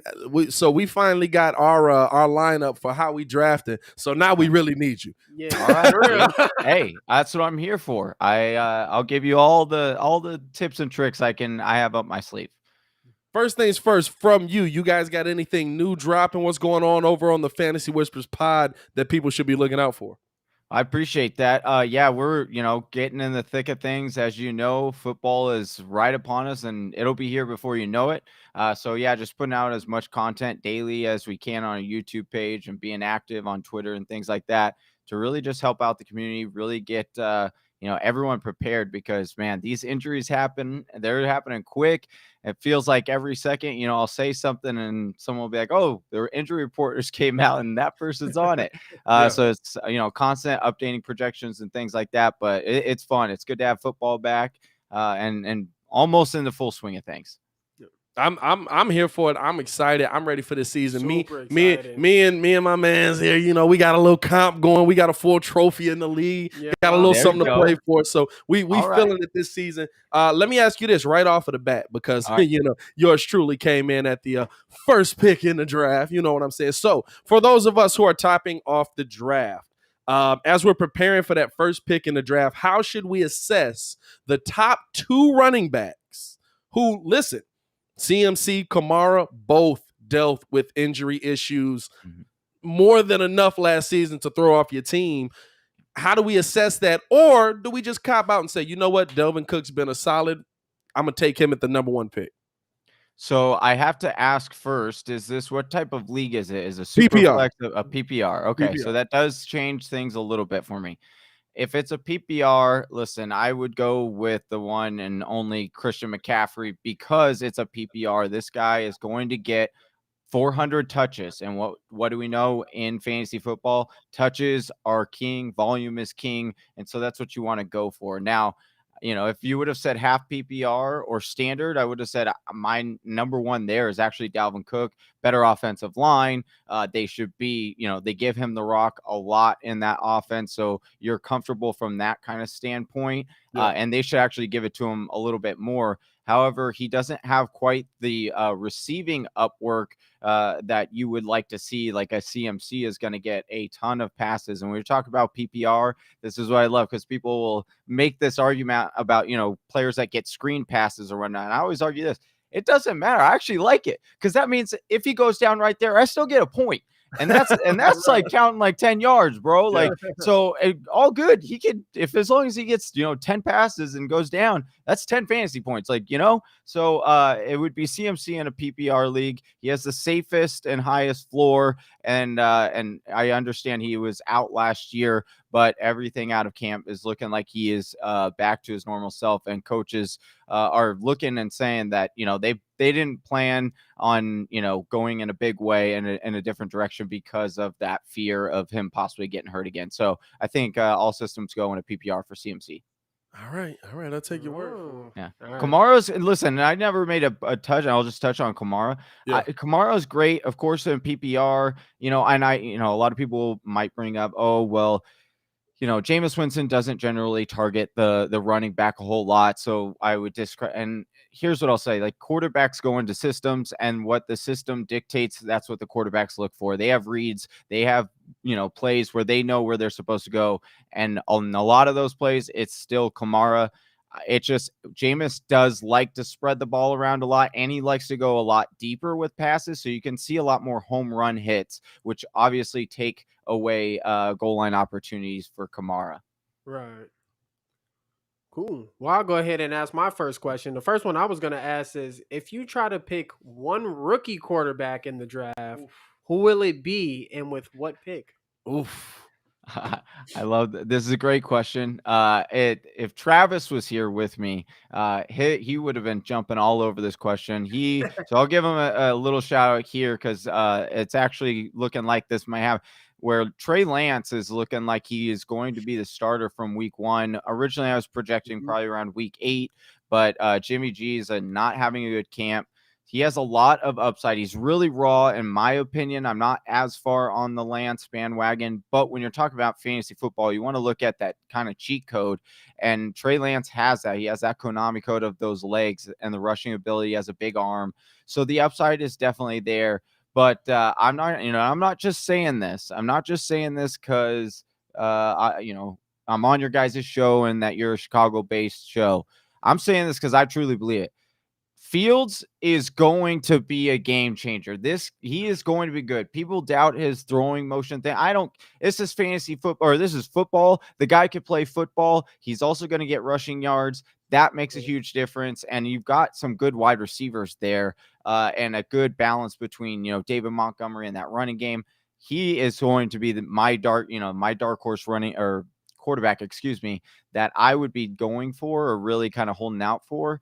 Now, I wouldn't take him fairly early in drafts, just because he might not be the week 1 starter. You guys will probably have a better inside track on more likely. Andy Dalton is really slanging that thing, so Justin Fields is more than likely, unless he comes out and just dominates defenses, is probably going to sit beginning the season. Yeah, and that's my fear and that's why I'm not highly encouraging people to take him in a draft. If I have to take a rookie in a draft, as far as right now, it would be Trevor Lawrence, right? Because he's got that, it factor there. He has some things going on at camp that are a little concerning, but if of all of them, like, he's got it in his blood that he's going to be a good, solid quarterback. With the highest ceiling, I don't believe that Nagy will go with Dalton very long once they start losing. With Dalton, they have a tough little opening season there of the schedule. And so I could easily see Nagy, he's on the hot seat. So I could easily see him be like, all right, I got to do this or I'm out of here. Right. I like this question from the name is a little suspect, a little jelly. But How do you feel about taking a tight end in the third, like Kelsey, Waller, Kittle, etc., even though they might not be consistent points? There's such a lack of depth at tight end, and there's plenty of solid wide receivers and running backs. What do you say to that? Absolutely great question. This is something that I've actually really advocated for. It's actually kind of on the opposite end of the spectrum, right? Like Waller and Kelsey, you're going to have to take in the first and the second round. Maybe if you're in a office league or something, you might be able to sneak them in the third round. But Waller and Kelsey are difference makers in this game. So when you have a piece like this, a lot of people don't really look at fantasy football necessarily as like a chess game, but it really is, right? You want to get the pieces that make your team have an advantage over your opponent, or you take out pieces of theirs by having a better piece, right? And so when you have a piece like Waller or Kelsey, who are surefire going to get you top production at that position, they're one of the most consistent fantasy positions and players in the league, especially Kelsey, who is the most consistent fantasy player we have over the last 5 years. He comes in number 1 at the position every single year. Even if he slightly falls off, it's going to be number 2. So I highly encourage people, especially if you're a little weary on that, if you don't feel good about those late round guys, get Kelsey or Waller. Like you said, there's a lot of positions later on that you can find. You can find, gem running backs on the waiver wire. You can find gem wide receivers on the waiver wire. You can find gem quarterbacks on the waiver wire, but you can't. It's hard to find a gem tight end on the waiver wire. That's definitely something that is always a tough, like you said, it's a tough find because it's tough to figure out where to pick it because you want to find the guys that are consistent points. Like you don't want to be drafting. Would you say third is too high? Third round is too high for that, or is that a good round for Kelsey there? Oh man, I'll tell you, if you walk away with Kelsey in the third, I'll golf clap you now. Like that, you should walk up to the draft board with a swag and just put that sticker up there with the most confidence you possibly can, because that would be the absolute steal of the draft, frankly. He is such a difference maker, like I said, and the amount of points that he gets, he's a wide receiver that is being put in a tight end. I mean, his market share, I don't want to get too nerdy on this show, but the market share that Kelsey and Waller get is 28% of their team's passing work. That's alpha wide. That's what DeAndre Hopkins gets. That's what AJ Brown could get this year. That's his ceiling. And you're getting that at a tight end position, like I said, and like your listener here pointed out, there's not that, you can't find that on the waiver. That's not just laying around like these other positions. I could give you a wide receiver every single week that has, top 12 potential. That's easy. I could give you the same with running backs that have that because of matchups. You can't do that with tight ends. That's why we bring you on the show. That's why you guys are the Fantasy Whispers. Let me ask you this. When we're talking about looking at drafting players, when you're looking at players from a situation like what the Colts are going through now, of course, you're not going to take a Carson Wentz right now because he's going to be out 5 to 12 weeks. Like, I've never seen a medical diagnosis like this.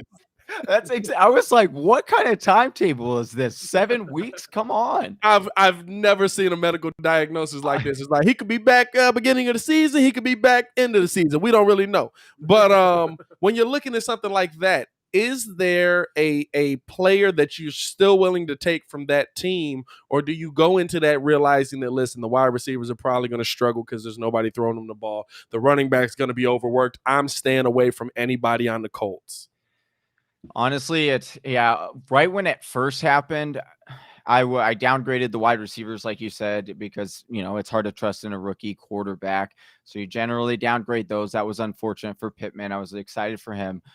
Running back, now that was going to be a somewhat three-headed timeshare anyway, but I was still confident in it because, that offensive line is really, really good. unfortunately, what we heard right after the Wentz, I don't know what's going on in Indianapolis. Don't drink Watch that your water. feet, dog. Watch your feet. Exactly. Because you got the offensive line, one of the best, Nelson, who is, considered one of the best offensive linemen in football, went down with a foot injury. And another guy taken after Mitch Trubisky, by the way. And anyway. That one hurts, because but and offensive linemen are never, loving, or people that you love getting drafted. But once you have them, you're like, okay, I'm glad we did. Yeah. And he's a huge piece to that. So then I unfortunately had to downgrade that. Now, the one position that tends to kind of stay a little bit even keel and balanced is the tight end position, because bigger bodied, bigger body wide receivers and things like that, over the middle, shorter passes, those tend to be okay. And they're kind of the safety blanket for rookie quarterbacks. That's one of the big reasons why Kittle was such a great value a couple of years ago, because it didn't matter if there was a rookie in or Jimmy Garoppolo. They both like going to him. And so that's what you kind of tend to lean on. Now, Mo Alley Cox is going undrafted. So I wouldn't go out and rush and get him. I would certainly like him more with Wentz, but yeah, it's basically a downgrade to this whole offense. Yeah, it's like you said, it's a very it's a tough loss. And I last week after you guys left the show, I had Wentz as comeback player of the year. I was on it. Very, very tough to say. Now, here's another good question from one of our listeners. And if y'all want to ask any questions to him while we're here, the Fantasy Whispers pod will be with us every week, guiding you through all of this stuff. That's why I wanted to get these guys in here, man, because listen, some of us just don't know. Like, he confident. He probably would have took Justin Fields first round. You never know. Anyway, assuming Kelsey, Waller, and Kittle are unavailable, who should be picked next in that tight end pool?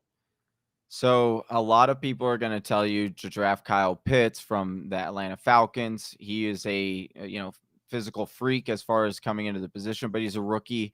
We tend to take the stance on like stay away from him. That'll be too high. Now, in my rankings, which I am, people ask me all the time, how confident are you in your ranking? I'm pretty confident. I put a lot of work in there. I do a lot of research on the teams and break them down. And the one that I would go and target would be Tyler Higbee. I'm all aboard the Tyler Higbee bandwagon there, and for the Los Angeles Rams. Stafford loves targeting the tight end. That offense actually targets the tight end more than most people think. They had the third most targets last year to the tight end position.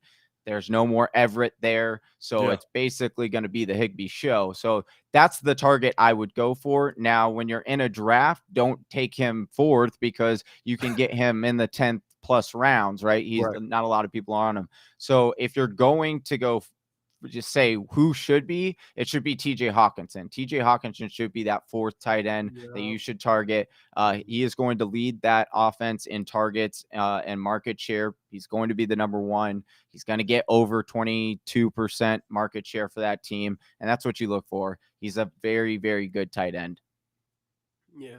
And one more question I was going to ask. If you could pick one player to be an underdog for this year, who would you choose? Ooh, there's a bunch of them, and I would have been way more confident. 100%. I would have been way more confident if you would ask me this, today at noon. But there was a little bit of news that came out, just a couple. But I would have said AJ Green, 100%. I think people are doubting him. I understand it's a home. It's a little bit. People are going to be like, "Oh, you're from Arizona." But I'm telling you.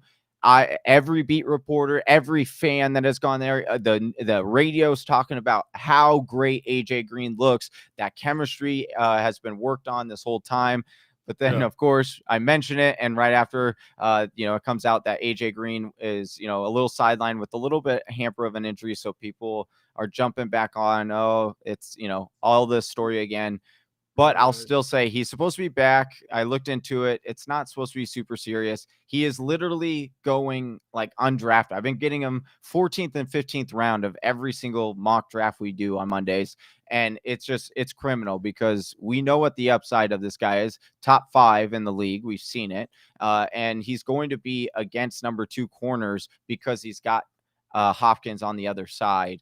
And so that's who I would say as like a guy that you should believe in again. Definitely a solid pick there. I'll ask you this, and this will be the last one, then we'll get you out of here. We got Game Time, Johnny Game Time Hicks with us from the Fantasy Whispers Pod. Appreciate you for tuning in with us, bro.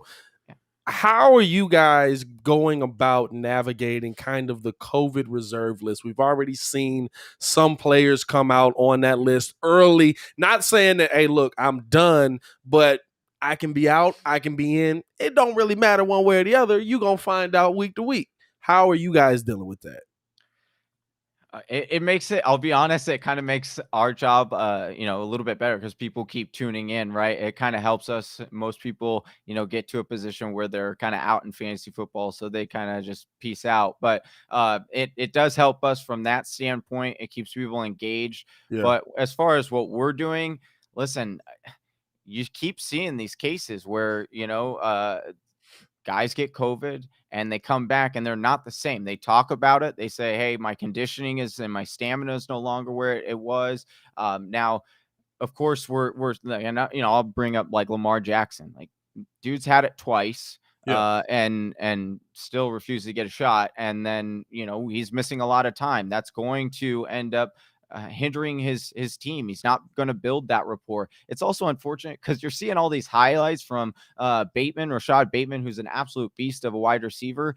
But the fact is like Lamar doesn't throw those type of balls, and he needs to practice them with him to get that timing right. So it does affect a lot. Like, and especially with the guy like Lamar who runs a lot as well. Like, your lungs aren't the same when you do that. Like, we've seen this really hamper NFL basketball players and NFL players. So it does make me slightly downgrade them. Now, I don't go drastic and be like, oh, they're going to be the worst fantasy player ever, but I'll certainly say I'm sliding Lamar down my rankings. Right. I have as well with Cole Beasley. I've put Taylor Gabriel with a little bit higher target market share there. So it's definitely something that we just change in our rankings, and it's a week to week thing, but it's gonna be something you're just gonna have to navigate like a ship through a watery wreck. You got to just hold on and hope for the best. Really, it's unfortunate, but that's how it is. Johnny Game Time Hicks from the Fantasy Whispers Pod dropping knowledge on us this week. Hopefully we'll have the duo back next week with Travi as well. Should have the duo back together. We appreciate you for tuning in and rocking with us. Listen, make sure that you guys tune in with these guys. Drop your Twitter for them real quick so that they can so that the people can tweet you the fantasy questions, and make sure to check out the Fantasy Whispers YouTube. I really appreciate that. My Twitter is at Johnny_GameTime. Hit me up anytime. I'd love to answer any questions you have. I got a bunch of sleepers for you. So if you just DM me, I got a bunch of them. And then you can also find our show at Whispers on Twitter, or just like Pat said, just search the Fantasy Whispers. Man, appreciate you for tuning in this week, man. We'll see you next week. We'll talk to you soon. I appreciate you, Pat, and congrats, guys. You guys are putting together a real squad. You guys are doing some good things over there in Chicago. Appreciate it. Hey, man, Phoenix still coming, man. A lot of money to Chris Paul, but Phoenix is still coming. We got it. We got campaign. That's the one we're really excited about. There you go. Whatever you can get. Nah, stay safe, bro. We'll talk to you later. Take it easy. All right, man. Peace. Gotta love that fantasy knowledge, man. I love getting the fantasy knowledge in there, man. I love being able to talk fantasy football. I love that football season's coming. You know what I'm saying? Bear Don's in the chat. I love that fantasy football is coming. I love that real football is coming. Justin Fields is making passes that got me like, ooh, hold up. Did he? Fam, real talk. And we're going to get back into some NBA because I got to touch on some NBA. Justin Fields is making passes. Justin Fields and Andy Dalton put together have made more good passes in training camp than Mitchell Trubisky and Nick Foles made during the season. And I'll tell you what, the best passes I seen Mitch throw got dropped. True. Very true. Well, okay, listen. Okay, one. It was the one. I don't care. It was the one. I don't care. It was the playoff one. And how's he not off of the air? You know what I'm saying? Like, how's he not off the team? What's going on? That was Javon Williams. And now Javon Williams catching everything that's thrown his way. He just ain't like Mitch. Stop playing with it. No, man. We appreciate the Fantasy Whispers show for tuning in with us, man. We're gonna have them on weekly, so make sure that y'all get in tune with us, man. Let's go back to a little bit of this NBA talk, man. Still, the phone lines are still open. We actually got some calls on here already that we will get to, because we want to continue to break down this fantasy football, or not fantasy football, not my mind going. We want to break down where we believe the Bulls are going to end up in the whole grand scheme of things. So make sure to call in to the phone lines, brought to you by the Contender. No commercials, just sports content. Chicago sports fans can turn on the Contender and never turn it off. We always take your phone calls when you get us live. Sports talk about all our local teams: Sox, Cubs, Bulls, White Sox. White Sox Nation is going crazy right now. Live shows, podcasts. Call into the show, 855-908-5668. Light up the phones, brought to you by the Contender here on the Windy City Breeze. You like how I'm doing that? You like how I'm doing that? We're keeping it buzzing, man. We're keeping it buzzing. So, of course, in relation to, hold up. I am going to address this question real quick from Crit. Locks or Dipset? Come on, bro. Come on, bro. Did you see that? Did you see that demolition Jada Kiss put? Never mind. Anyway, single-handed. He was like stone cold going into the ring to fight Raw. Stop playing with what that man did. That was a great question there, Chris. No, when you're looking at the moves that the rest of the NBA made, what's the move that you really believe put a team over the top, especially in relation to going up against the Bulls, teams that the Bulls are going to have to see? I'm going to be honest with you. None of the moves the Lakers did anything to beat Miles Turner. Miles Turner. Malik Monk. Miles Turner did not go to the Malik Monk. Yeah. Malik Monk does a little bit for me. That was. But Malik Monk right now he's playing the hey yo nephew, I'm gonna get you in the club. Yeah, but that was a really, really good pickup for the Lakers. I think Malik Monk will fit in well with the system that they have. But I'm not sold on the Lakers just because all of their other pickups really. First off, like I said before, they got like 3 players that's under 30. And the rest of them are like 30 and up. And then a lot of them aren't what I would say like big time, like Lakers type players. Like Carmelo Anthony. I love Carmelo Anthony. Carmelo Anthony is one of the greatest players ever. But the Lakers move the ball. Carmelo shoots the ball. Yeah. So if you give the ball to Carmelo and he's not in a position where he gonna shoot that, or where he's gonna be ready to shoot that mug, you're not getting the ball back. He gonna take 2 dribbles, post you up, do a little hezzy, turn around, and he's pulling. Yeah. Not saying that he gonna miss. Yeah. But that stops ball movement. So I mean, I'm still a little iffy with a lot of the plays that they made. Yeah. If I would say any team made big plays, I would say Miami getting Kyle Lauri. That's big. Really? Not a Lauri guy. I've never been a Lauri guy. I think Lauri has skirted the greatest coattails of his life to some of the biggest moments in his life. But I'll tell you what, picking up Lauri takes a lot of pressure off of the other younger people. Yeah. Duncan Robinson in that. Duncan Robinson coming back, 90 mil on Duncan Robinson. That's crazy. Duncan Robinson a shooter. Duncan Robinson is a shooter. That's going to take a lot of pressure. Duncan Robinson? Yeah, be quiet. Who's Duncan? That was a mistake. Leave it alone. We're supposed to go past that. Only you. He said Duncan Robinson. Only you. Hey, yo, let's get out to the phones, man. I think the pettiest man alive is on the phone lines right now. Kid, you out there, my boy? What's going on? What up with you, P? Kid, how you feeling, my boy? Hey, man, I'm in Texas with the who's, but it's all good, though. Got to represent the city because we back, baby. We back. I don't care what camp is at. We got Lonzo like we said we was going to get. We got DeMar like we said we was going to get. Yeah. We got Zach like we said we was going to keep. We still got Boots like we said we was going to keep. Guess what? I don't care who you got. I got Bulls and 6. Bulls and 6. Talk to me. Talk to me with it. Well, since we got you on the line, let's ask you the question. How far do you believe the Chicago Bulls in this? Listen, the Eastern Conference much deeper than it was last season. I would argue what we saw happen just now might make the Eastern Conference the deeper conference than the Western Conference. But absolutely, where do you see the Bulls ending up in all of this based on all of the moves that we saw happen? when the season's done? Are the Bulls a top 5 team, top 3 team, bottom 5 team? Top 5 easily. Easily. Top 5 easily. Better than Atlanta. Top 5 easily. I'm not even questioning. Listen, better than New York, and they just got Kemba Walker. Better than New York. I don't care about them. I think so. Top 5 easy.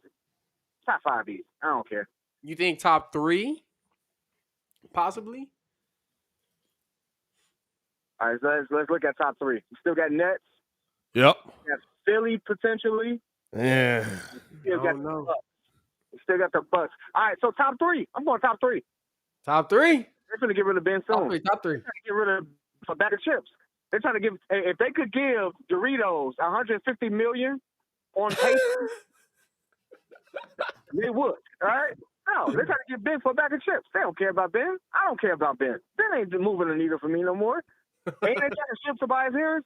Please, I don't know what Philly doing, but they need to burn it down and just build around. The process worked to a point. You got to the Eastern Conference Finals. It didn't work out. Whatever. Injury prone. Have they been to an ECF? They haven't been to an ECF. Yeah. With when they lost to Kawhi. That wasn't ECF. That wasn't? No. What was that, second round? That was second round. Oh, damn. Finals. Hey, listen, what? It didn't work, baby. You got 2 generational talents that's not really generational. I mean, Embiid could be a generational talent. Ben Simmons is going to be one of the best game of basketball. Yeah. Like Ben Simmons had a run. That's it. He's not a generational talent. He had a run. He's big for no reason and can't shoot. That's it. He had a run. It's all right. It's all right. He's a Draymond great Green. player. He just can't shoot the ball. That's it. And that makes it tough. You said Ben Simmons is a great player? He's top tier in every other aspect in the game other than shooting the ball. He's such a passive player that instead of taking a dunk, he passed the ball, which was a terrible play. But I think he's a top tier passer. I think he's a top tier rebounder. I think he is when he's confident enough to do it. He's an unbelievable defender. He literally thrives at everything except shooting the basketball. That's what it does. When you get money, you can sit there and have the attitude where it doesn't really matter. I can go home a champion, or I've already won, and stuff like that. You can take the Kwame Brown approach where you get money behind it. But guess what? For what he should be, he's still a scrub. He has not lived up to his expectation. I'm talking spicy because I'm celebrating the fact that the Bulls is back in it. I don't care. You can clip this up however you want it. Probably gonna kill me. Still don't care. Like, the Bulls is back. That's all that matters. I get to wear my Bulls jacket with pride again. Guess what? We're back. I don't care. I like that. I don't have to talk about Kobe White anymore. Because guess what? I got Lonzo Ball. I got Ayo. I got talent now. What? Hey, and watch. Now that Lonzo's here, Kobe White gonna be a phenomenal scorer. He was before. He was just being forced to pass the ball. I like how Crit described. I like how Crit described Ben Simmons. Said he's a great talent, but a mental midget. I agree with that. I think. Can you say midget anymore? I feel like I can't say that no more. Genius Giant. I got him. That was a Loaded Lux reference. He think I don't know that. Oh, I got it. I understand what he said. Listen, Crit is really on the hip hop right now because he said who you got. First off, kid, who'd you have, Locks or Dipset last night? That's really the question, and we need to answer right now.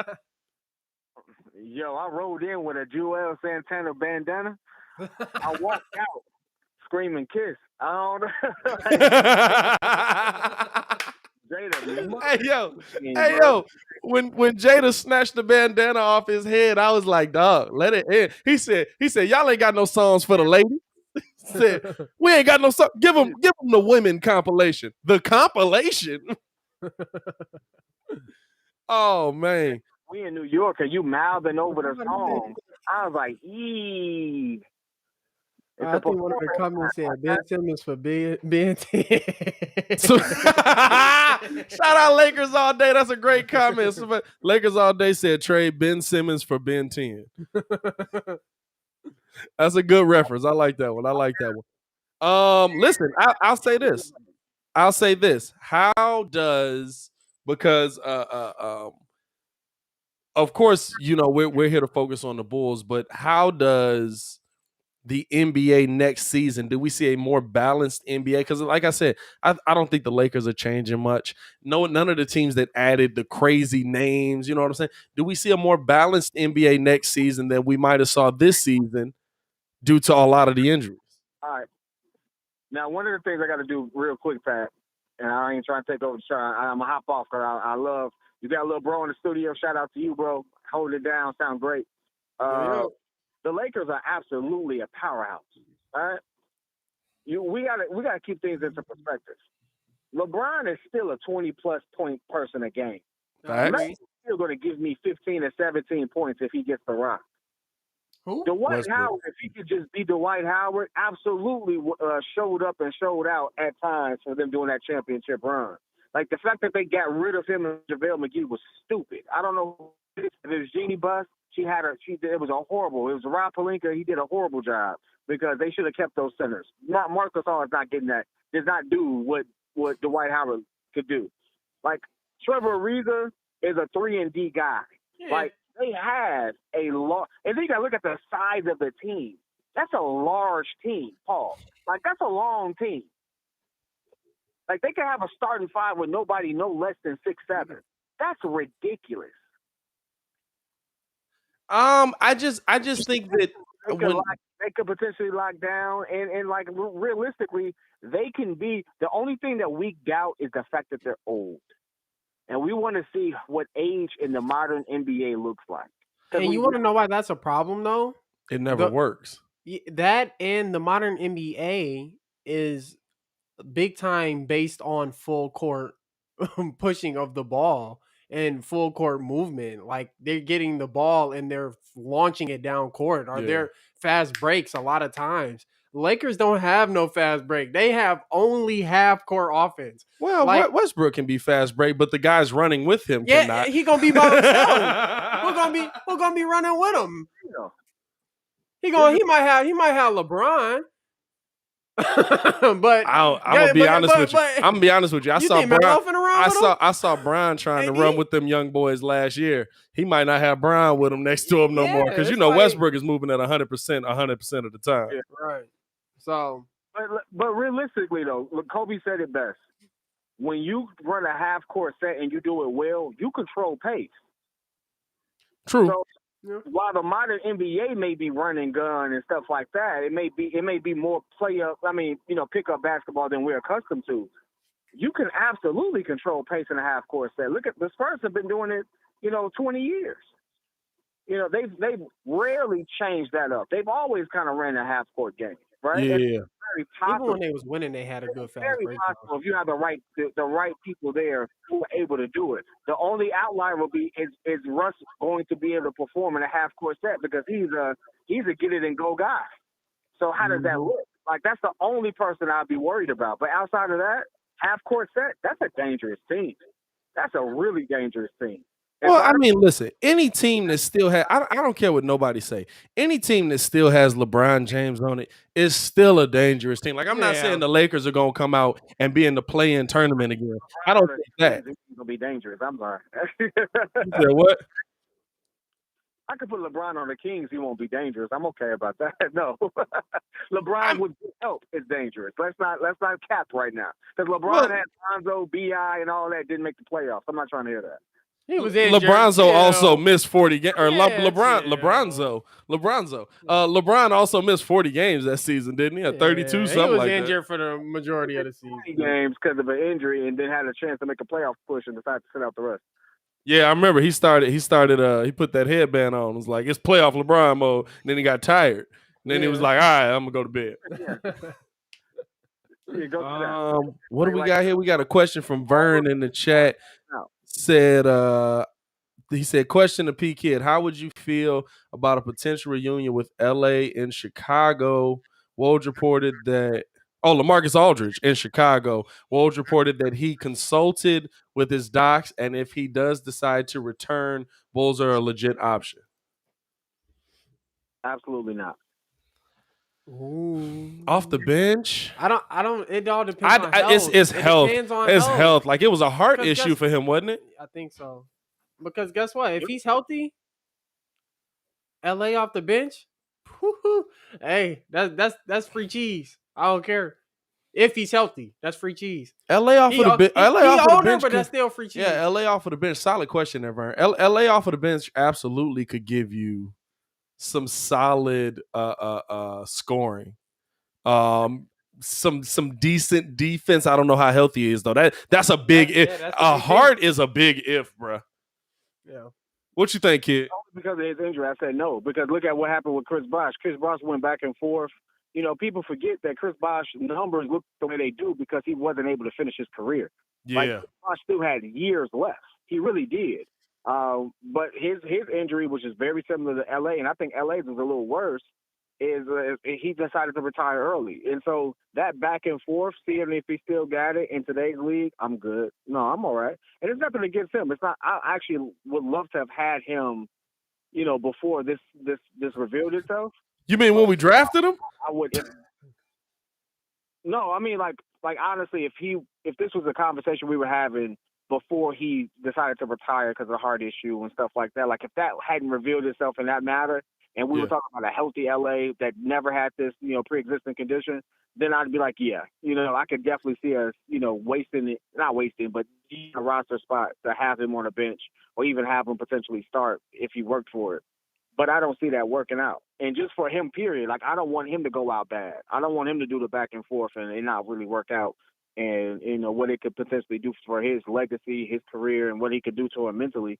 Like Chris Bosh talked a lot about, you know, how he felt about, you know, the back and forth and stuff like that. I wouldn't want to see anybody go through that. That's all. Yeah, that to me, LA for the Bulls right now is not an option just because it's I mean, like you said, like I don't like seeing the guys that we heralded as greats in the league, just come back and be mediocre. You know what I'm saying? Like even now, like Melo coming back for another season where Melo can still play, Melo can still do it, but seeing Melo ring chase, it's like you doing this a little late, brother. Yeah, I mean, for me, the thing with LA is it really does depend on his health. If he's coming back and trying to play, I'm assuming that the doctor said, yeah, your heart's in a good enough condition where you can play. And I'm not talking about just play like 5 minutes, like he's able to play a 40. You know what I mean? Yeah. But we don't need him to play a 40. If he comes out and gives us 15 minutes, gives us rebounds and his great mid-range jump shot, I mean, that's benefiting the Bulls, you know. So I think it, like you said, it really all depends on health.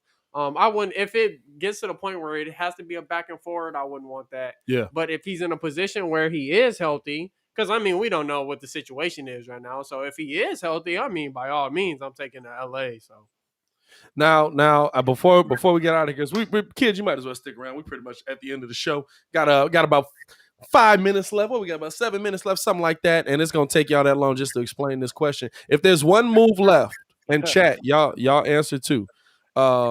If there's one move left that the Bulls can make off of a Lauri trade or just a signing in general, what's the move you want to see them do? you going first, PK? We'll go first. He said, "I'm gonna let you go first." Oh, okay, I'll go first. My boy from Houston. I'll keep talking about Christian Wood? If we can get Christian Wood, How do you get him out of there though? Because I could. If you look at his contract, he don't got that big a contract. If they're interested in giving him up, and I mean that's somebody.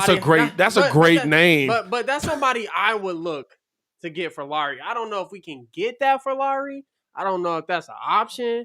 But if I would want somebody to fill Lauri's shoes, I'm looking at. I mean, when I see him play, Christian Wood is able to fill Fad's shoes. He's able to fill Lauri's shoes. But that's somebody we look for. And you know what? A lot of times you say like, nah, that's not an option. But when we look at what AK did, man, I give you that. Who thought Booth was an option? I give you Who that. thought DeRozan was an I option? give you Like that. so. You never know, man. But I'm looking at a Christian Woods like, hey, this boy can play. I'm pretty sure Houston may not want to give him up, but I ain't gonna, you know, say that we can't get him. Right. I didn't see it. So, what you thinking, kid? I frankly think we need a shooter. If we can get Buddy from Sacramento, I lost track of where he ultimately ended up. I thought he got traded. He didn't get traded. Talking about Buddy Hield? Talks to get traded, didn't work. Buddy Hield. He's not considered a lockdown defender, and I'm not using him for defense. But if you look at our roster, we really don't have knockdown shooters. And the one person that we do depend on to be a knockdown shooter, outside of Zach, I mean, I guess you could say we have DeMar DeRozan. But you don't think DeMar Vooch 3-point threat? We don't have really deep. We don't have a lot of deep threats.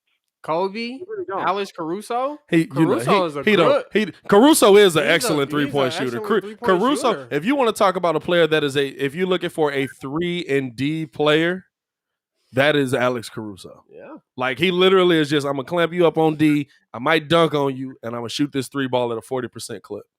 Nope. I don't know if he. I like Buddy. I like Buddy Hield better. And since we trying to move Lauri, and I don't know what the relationship there is, but for some odd reason, there seems to be some type of relationship there between GMs and only GM's favorites. I would get Buddy. To me, it comes down to is Buddy Hield cool with coming off of the bench, because you're not gonna play him over anybody that you got here right now. He came off the bench for the Kings. He wasn't always. He started, but he didn't always start. He came off the bench for a while. Oh, well, every game I saw him versus the Bulls, he was starting. It was a while he came off the bench. Oh, okay. So I didn't know they had he made was that struggling, move with him. so they put him on the bench. But I had two. It was Buddy, and then just like a random vet mem. I would still give IT a flyer. I really would. Let me ask you this though, kid, real quick. What are we losing from Lauri and from Thad that you think Buddy Hield could bring to the table? Because we need somebody to fill that role, and we're gonna get that out of whatever we give up for Lauri. So you think Buddy Hield could fill some of that? Let's be real. We're filling Thad's role. We're not filling Lauri's role. Lauri brought good We're not filling 3-point shooting to the team. We're not filling Lauri's role at all. We feel Thad's role when we got Lonzo, because Thad for us was Thadjic Johnson. He played point really. He controlled our offense. That's not a bad assessment. That's solid. So we really just want to make sure that we get enough shooters around Lonzo so that he can be a true point. You know, Kobe, Alex. I think that they've done a decent job. I wouldn't be mad. I'll say this: I'm not mad at a Buddy Hield. I don't know if a Lauri Markkanen. Maybe that might actually get the deal done. I don't know what kind of contract Buddy Hield is on right now either. But to me, when I'm cool with that. The vet minimum player, you say you talking about IT. I tell you what, if you're gonna go get a big on a vet min, which is something that the Bulls might need, go give Boogie a try. We watched Boogie dominate, playing 11 minutes a game. Yeah. The most memorable part of the Spurs Clippers series is Boogie Cousins 11 minutes. Or no, I'm sorry, Suns. I said Spurs. Suns Clippers series is Boogie Cousins. I'm talking about on the Clippers side. Boogie Cousins doing what he did. He came in, was hooping. He would walk on the court, drop 11, and leave. Dunk on 2 people, block 4 shots, drop 11 points, and then sit down the rest of the game. I wouldn't mind having Boogie, man. Question is, would the Clippers want Lauri? Well, Boogie's a free agent. I believe Boogie's a free agent. Was he only on a 1 year? I think he was just on the 1 year. Okay. Because to me, like that feels a need. I love it. You said what? I said you're such a Boogie hopeful though. I love it. Like there's no hate at all. Like, I love the fact that you ride with. You know why? Because there was a point where he literally was the best big man in the NBA and nobody gave him credit for it, and it irritated my soul. Oh, man, kid. Hey, we appreciate you for tuning in, kid. We about to get up out of here, man, all right? Yes, sir. Yes, sir. Appreciate both of y'all, man. Good work. Hey, good work. Safe out in Texas, kid. All right, kid. Get back safe, man. Yep. Man, we appreciate y'all for tuning in and rocking with us, man. Ton of Bulls talk. This will be posted all over the world. We're going to have the podcast up as well. We're going to have a ton of Bulls talk. We already did have a ton of Bulls talk. What I'm talking about. We got a ton of Bulls talk. We had the fantasy talk. Make sure to go back. If you guys didn't catch the entire thing, you can watch the video once it's posted. Or if you're on the move, the podcast will be live on the Contender app. It will also be live on all DSPs, so you can go back and listen to it. Make sure y'all get in tune with Contender as well, man, because there's a ton of new stuff coming out every day on there. So get in tune with them as well. As always, man, it's your boy Pat the Designer back at it again, joined by the baby bro Bando B in the building. Hey, yo, Chicago, y'all stay safe out there, man. See Red Nation, we back, baby. Peace out. Peace.